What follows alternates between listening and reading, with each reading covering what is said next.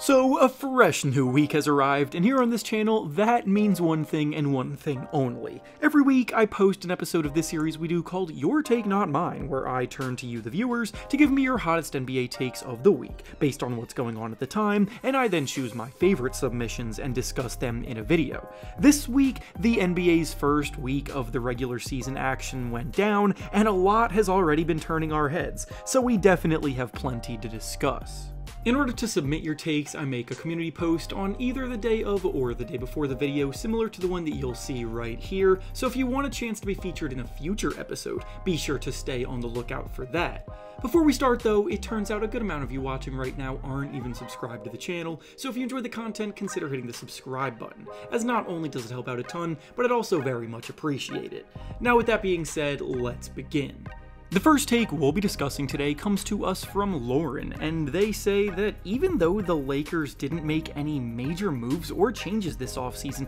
they're still going to be able to elevate themselves into contender status this year. I'll be the first one to admit that I was incredibly skeptical of what the Lakers' game plan was this offseason. They're a group that had found themselves in the play-in tournament in back-to-back seasons. They didn't make a single trade, they didn't sign a single new noteworthy free agent, and they hired a new head coach with zero prior major coaching experience in Redick. Redick has been doing outstanding work in the field running his podcast and working as an analyst at ESPN, where he definitely portrayed what he was capable of, going way more in depth with his talking points and discussions, and he was honestly a breath of fresh air in that regard. But coaching can be a whole different ballgame, and coaching the biggest, most well-known team in the NBA is even more of a gargantuan task to ask of someone in his shoes, and yet Redick's presence may be exactly what the team needed to get themselves back on the right track. Last season, head coach Darvin Ham came under heavy scrutiny for a variety of reasons, but some of the biggest complaints about his style of coaching was how nonchalant he was during opposing teams' runs instead of calling timeouts to try to get the Lakers to regroup. His lineups and substitutions were oftentimes imbalanced and impractical, and the general philosophy of the offense they ran was just bland and uninspiring. Redick has come in with a whole new outlook on how things should be done, and now they're actually running sets that maximize the talent of their players in the lineup that make sense. He's arguably over-attentive to every detail of the game and doesn't let any run get out of hand, and the team as a whole just looks like a whole new group despite the players being the same as last year. They've beaten the Suns, Kings, and Timberwolves to start this season 3-0, which is pretty impressive as those three teams all expected to be firmly in the running in the West. So honestly, even though it's too early to crown any team yet, I can absolutely get on board with the Lakers finishing much better overall than they did last season.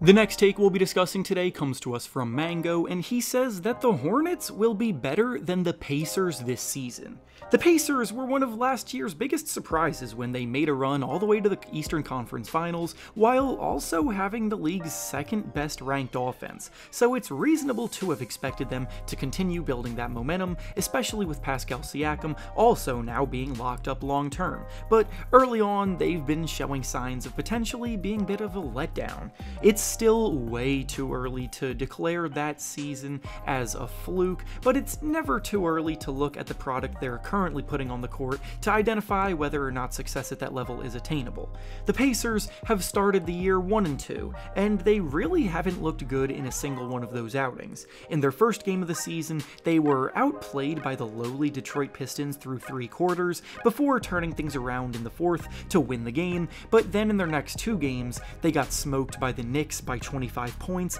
and they followed that up by losing to the 76ers in overtime, who were missing both Joel Embiid and Paul George. The Pacers don't have any excuses either, as their squad is at full strength, so if they're not able to maintain their red-hot offensive production from last year, then they just don't have a good enough defense to keep up, as they ranked 24th on defense last season and are once again in the bottom third of the league on that end this year. year. Bringing this back to the original take though, the Hornets are seen by many as a potential breakout squad this year, but after beating the Rockets in their season opener, they have also lost back-to-back games against the Hawks and the Heat, so I think we will need to pump the brakes a bit on that. LaMelo Ball is back healthy and he has looked incredible, averaging 32 points in those games, creating ridiculous separation off the dribble, and knocking down an abundance of threes. And as always, his playmaking is shining bright. But the reality may be that the team around him is just not enough yet. The Hornets have a few very solid pieces to build with, including LaMelo, Brandon Miller, and Miles Bridges, plus Trey Mann and Grant Williams off the bench can be impactful role players too, and Mark Williams is still recovering from an injury but has looked good when he's been healthy, but it does feel as though they need a second real star to get to that next level. So even though there is reason to worry about the Pacers right now, I'm not sure if the Hornets are ready to pass them up quite yet.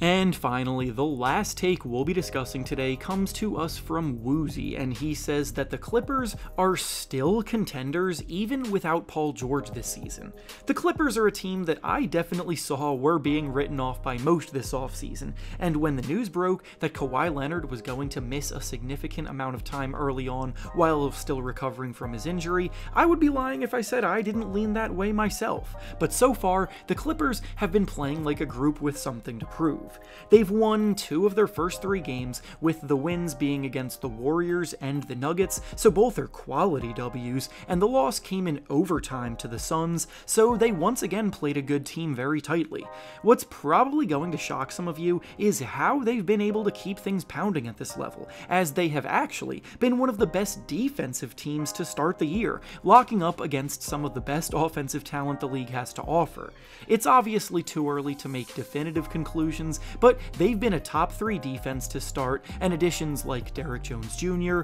Chris Dunn, and Nicholas Batum have all been playing a big part in this defensive revolution. Offensively, most of their action runs through James Harden, who may not be shooting the ball very efficiently right now, but he's all in on being a facilitator, dishing out 12 assists a night, and Norman Powell has been scoring 25 points per game, stepping up in Kawhi's absence. Obviously, I don't expect Powell to be a 25-point per game scorer forever, and he'll come back down to earth, but the fact that they're this competent without Kawhi Leonard only inspires more confidence in what they can do when Kawhi is back healthy. How good they can be is still up in the air, but I feel confident keeping them in the mix to make the playoffs, which was not the case for many before the season started, with most projecting them to miss the playoffs, and they honestly deserve more credit for the work they're putting in. And with that being said, that's all I have for you today. Make sure to like the video, subscribe to the channel, and comment down below what you think about the takes we discussed. Thanks for watching, and I'll see you all next time.